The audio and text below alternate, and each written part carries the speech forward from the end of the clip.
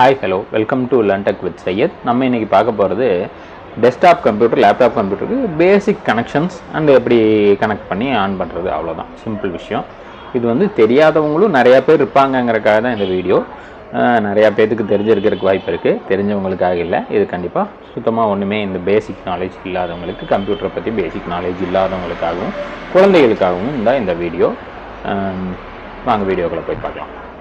சாதாரணமாக ஒரு லேப்டாப்புக்கு பார்த்தீங்கன்னா ஒரு பேட்ரி, ஒரு சார்ஜர், அதுக்கப்புறம் ஒரு லேப்டாப் எவ்வளோதான் கனெக்ஷன்ஸ்க்கு தேவை, வேறு எதுவும் பெருசாக தேவையில்லை. இந்த லேப்டாப் திருப்பி வச்சுட்டு நம்ம பேட்ரி வந்து கனெக்ட் பண்ணிடலாம்.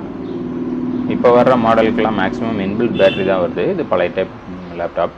அதுக்கு பேட்ரி கனெக்ட் பண்ணிவிட்டு சும்மா பேட்ரியோட லாக் போட்டுட்டு திருப்பி வச்சு பேட்டரியில் ஆன் பண்ணுறோன்னா அப்படியே ஆன் பண்ணிக்கலாம். அப்படி இல்லைன்னா இந்த சார்ஜர் கனெக்ட் பண்ணணும். சார்ஜர் கனெக்ட் பண்ணிவிட்டு ஆன் பண்ணிக்கலாம்.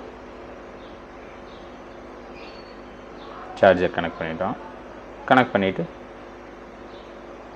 இந்த சார்ஜரோட ப்ளக் பாயிண்ட்டை வந்து பவரில் கனெக்ட் பண்ணி ஜஸ்ட் ஆன் பண்ணிங்கன்னா வேலை முடிஞ்சு. லேப்டாப்புக்கு இவ்வளோ தான்.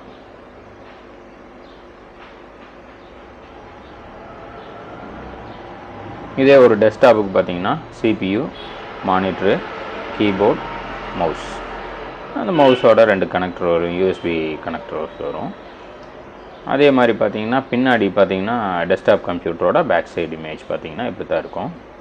அதில் பார்த்தீங்கன்னா CPUவில் ஃபஸ்ட்டு வந்து பார்த்தீங்கன்னா பவர் இருக்கும். அதுக்கப்புறம் பார்த்தீங்கன்னா கீபோர்ட் அண்ட் மவுஸ் பழைய டைப்பு. இது VGA வந்து டிஸ்பிளே மானிட்டரோட கனெக்ட் பண்ணுறது.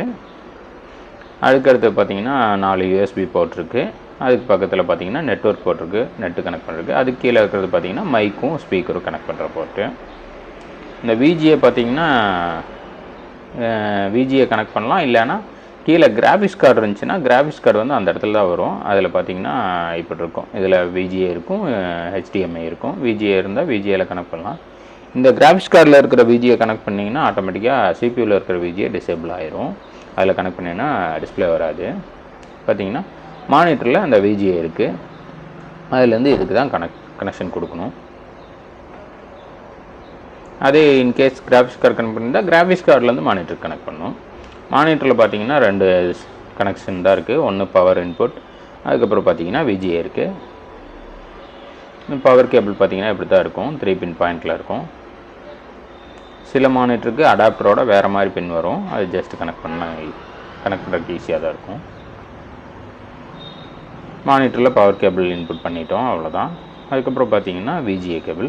VGAவில் பார்த்தீங்கன்னா மேலே பின் ஹோல் பாருங்கள், மேலே ஒரு பாயிண்ட் கம்மியாகவும் கீழே ஒரு பாயிண்ட் அதிகமாக இருக்கும். இதில் மாதிரி பின்னில் பார்த்தீங்கன்னா மேலே ஒரு பாயிண்ட் பின் கம்மியாகவும் கீழே ஒரு பின் ஜாஸ்தியாகவும் இருக்கும். அது கரெக்டான பொசிஷனில் வச்சு லாக் பண்ணிவிட்டு அதோட ஸ்க்ரூ வந்து டைட் பண்ணி விட்டிங்கன்னா வேலை முடிஞ்சு.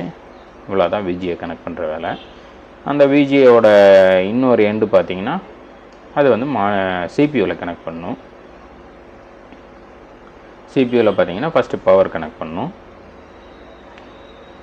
பவர் கேபிள் 3 பின் பவர் கேபிள், அதை எடுத்து ஜஸ்ட்டு நல்லா ஒரு ப்ரெஸ் பண்ணி விட்டிங்கன்னா கனெக்ட் ஆகிக்கும். கரெக்டான பொசிஷனில் வச்சுட்டு ப்ரெஸ் பண்ணி விட்ருங்கன்னா லாக் ஆகிக்கும். அவ்வளோதான். அடுத்தது பார்த்தீங்கன்னா இந்த VGA கேபிள் மானிட்டர்லேருந்து வருது பார்த்தீங்களா, அதை எடுத்து இதில் கனெக்ட் பண்ணு CPUவில். CPUலேயும் அதே மாதிரி பின் ஹோலும் பின்னும் வந்து பார்த்திங்கன்னா மேலே ஒரு பாயிண்ட் கம்மியாகவும் கீழே ஒரு பாயிண்ட் ஜாஸ்தியாகவும் இருக்கும். பாருங்கள், மேலே கம்மியாகவும் கீழே ஜாஸ்தியாகவும் இருக்கும். அது கரெக்டான பொசிஷனில் வச்சு அமுத்திட்டு ஸ்க்ரூ போட்டு விட்டிங்கன்னா வேலை முடிஞ்சு. அதுக்கப்புறம் பார்த்தீங்கன்னா கீபோர்ட் அண்ட் மவுஸ் கனெக்ட் பண்ணுறது USBயில் கனெக்ட் பண்ணிக்கலாம். இல்லை பழைய டைப் கீபோர்ட் அண்ட் மவுஸ்னால் மேலே 2 பாயிண்ட் இருக்கும், அதில் கனெக்ட் பண்ணிக்கலாம். PS2 டைப்னா மேலே அந்த வயலட் அண்ட் க்ரீன் கலரில் இருக்கும், அதில் கனெக்ட் பண்ணணும். பழைய டைப்னா USBனா இதில் கனெக்ட் பண்ணிக்கலாம். இதே கிராஃபிக்ஸ் கார்டு கனெக்ட் பண்ணியிருந்தால் இந்த VGA கேபிள் எடுத்துகிட்டு வந்து இந்த கிராஃபிக்ஸ் கார்டில் இருக்குது பார்த்தீங்களா VGA, அதில் கனெக்ட் பண்ணணும். அதே மானிட்டரில் வந்து இந்த VGAக்கு பக்கத்தில் இந்த HDMI போர்ட் இருந்துச்சுன்னா கிராஃபிக்ஸ் கார்ட்லேயும் HDMIயில் கனெக்ட் பண்ணி மானிட்டரில் HDMI போர்ட்டில் கனெக்ட் பண்ணால் வேலை முடிஞ்சு. அவ்வளோ கனெக்ஷன்ஸ் எல்லாம் முடிஞ்சு. இப்போ பார்த்தீங்கன்னா ஜஸ்ட்டு இந்த 2 பவர் கேபிளையும் எடுத்துகிட்டு போய் நம்ம வந்து பவரில் கனெக்ட் பண்ணணும். அதாவது ப்ளக் பாயிண்டில் கனெக்ட் பண்ணணும்.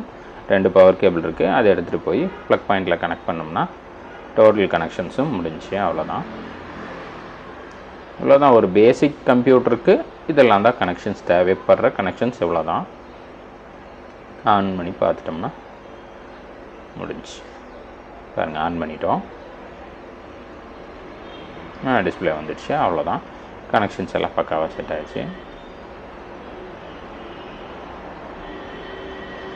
பாருங்கள், விண்டோஸ் லோட் ஆகுது. விண்டோஸ் ஓஎஸ் இன்ஸ்டால் பண்ணுறது எப்படிங்கிறது அடுத்த வீடியோவில் பார்க்கலாம். பாருங்கள், கீபோர்ட் அண்ட் மவுஸ்க்கு பவர் வந்துடுச்சு பாருங்கள். அவ்வளோதான், லோட் ஆகிடுச்சு. ஓஎஸ் ஃபுல்லாக லோட் ஆகிடுச்சுன்னா நம்ம சாதாரணமாக ஒர்க் பண்ண ஆரம்பிச்சிக்கலாம். அவ்வளோ.